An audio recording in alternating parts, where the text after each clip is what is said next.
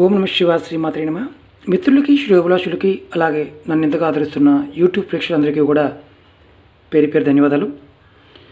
మిత్రులారా, చాలామంది మిత్రులు మెయిల్స్లో శ్రీనివాస్ గారు అఖండ ఐశ్వర్యం అంటుంటారు కదా,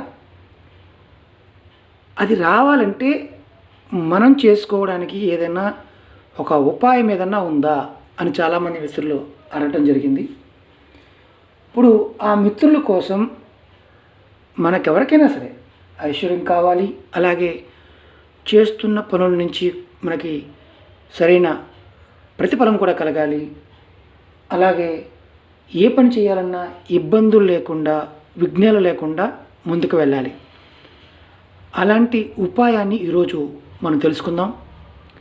మిత్రులారా, ఈ వీడియో నచ్చినట్లయితే కనుక లైక్ చేయండి, నా ఛానల్ సబ్స్క్రైబ్ చేసుకోండి, 10 మంది మిత్రులకి షేర్ చేయండి. ఈ ఉపాయానికి కావాల్సింది ఒక గణపతి చిన్న విగ్రహం, అంటే ఎలాంటి విగ్రహం అయినా పర్వాలేదు, మనకి తెల్ల జిల్లేడుతో చేసిన విగ్రహం అయినా పర్వాలేదు, అలాగే నవధాన్యాలతో చేసిన విగ్రహం అయినా పర్వాలేదు, చిన్న విగ్రహాలు అంగుష్టం సైజు ఉన్న విగ్రహాన్ని ఏదైనా సరే, అంటే మన బొటన వేలు సైజు ఉన్న విగ్రహాన్ని ఏ విగ్రహం అయినా సరే ఈ పూజకి ఉపయోగించుకోవాలి. ఈ పూజను ఎలా చేయాలి, ఇంట్లో ఏ విధంగా చేయాలి, కలిగే ఫలితాలన్నీ మీకు వివరిస్తాను. ఇది పర్టికులర్గా మీరు చూస్తున్నారు కదా, నేను చూపిస్తున్న గణపతి సింధూరంతో ఉన్న శ్వేత గణపతి, అంటే సింధూరాన్ని వేయటం జరిగింది, తెల్ల జిల్లేడు గణపతి. నేను మీకు చూపించడం కోసం నేను చూపిస్తున్నాను. మీరు శుక్రవారం నాడు కృత్తికా నక్షత్రం వచ్చే రోజు, అంటే క్యాలెండర్ చూడండి, శుక్రవారం ఉండాలి, ఆ రోజు కృత్తికా నక్షత్రం ఉండాలి. అలా వచ్చిన రోజున వినాయకుడికి మీ ఇంట్లో లేదా దేవాలయంలో అయినా పర్వాలేదు షోడోపచార పూజలు చేయించుకొని అక్కడ ఎవరైతే బ్రాహ్మణుడు ఉంటారో ఆ బ్రాహ్మణుడికి ఒక గంధపు చెక్క, అలాగే పుష్పాలు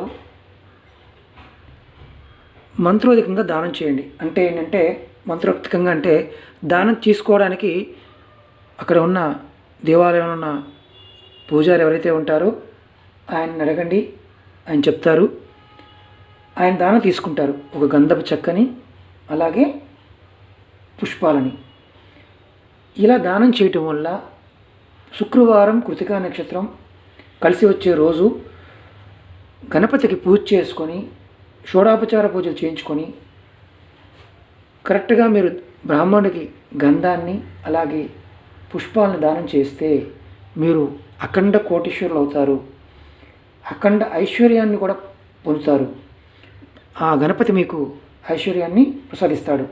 అలాగే చేస్తున్న పనుల్లో జాప్యం జరగకుండా మీకు పూర్తవుతాయి.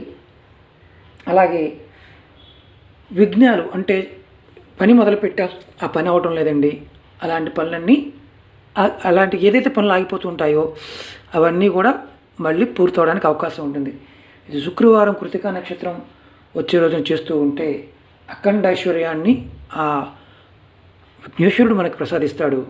ఖచ్చితంగా ఇది గుళ్ళో చేయొచ్చు, అలాగే మీరు ఇంటి దగ్గర కూడా చేసుకొని మీరు వీలైతే గంధాన్ని పుష్పాలని పూజారికి, మన దేవాలయంలో ఉన్న పూజారులకి ఇవ్వడానికి ప్రయత్నం చేయండి, బ్రాహ్మణోత్తములకి ఇవ్వడానికి ప్రయత్నం చేయండి. ఇలా చేస్తూ ఉంటే ఖచ్చితమైన ఫలితాలు రావడానికి అవకాశం ఉంటుంది. మీరు ఖచ్చితంగా అఖండ ఐశ్వర్యాలని ఆ గణపతి ప్రసాదిస్తాడు. అందరం కూడా మంచి అభివృద్ధిలోకి రావడానికి అవకాశం ఉంటుంది. మిత్రులారా, ఈ వీడియో నచ్చినట్టు లైక్ చేయండి, నా ఛానల్ సబ్స్క్రైబ్ చేసుకోండి, గంట సమయాన్ని యాక్టివేట్ చేసుకోండి, 10 మంది మిత్రులకు షేర్ చేయండి. రాబోయే రోజుల్లో కూడా మీకు నేను ఇలాంటివి చిన్న చిన్న విషయాలతో ఫలితాలు కలిగేవి మీకు వివరిస్తాను. మీరు నాకు ఇంతగా సపోర్ట్ చేస్తున్నందుకు మీ అందరికీ కూడా అమ్మవారి వెళ్ళవేళలా మిమ్మల్ని కాపాడాలని కోరుకుంటూ ఓం నమ శివాయ శ్రీమాత్రే నమః.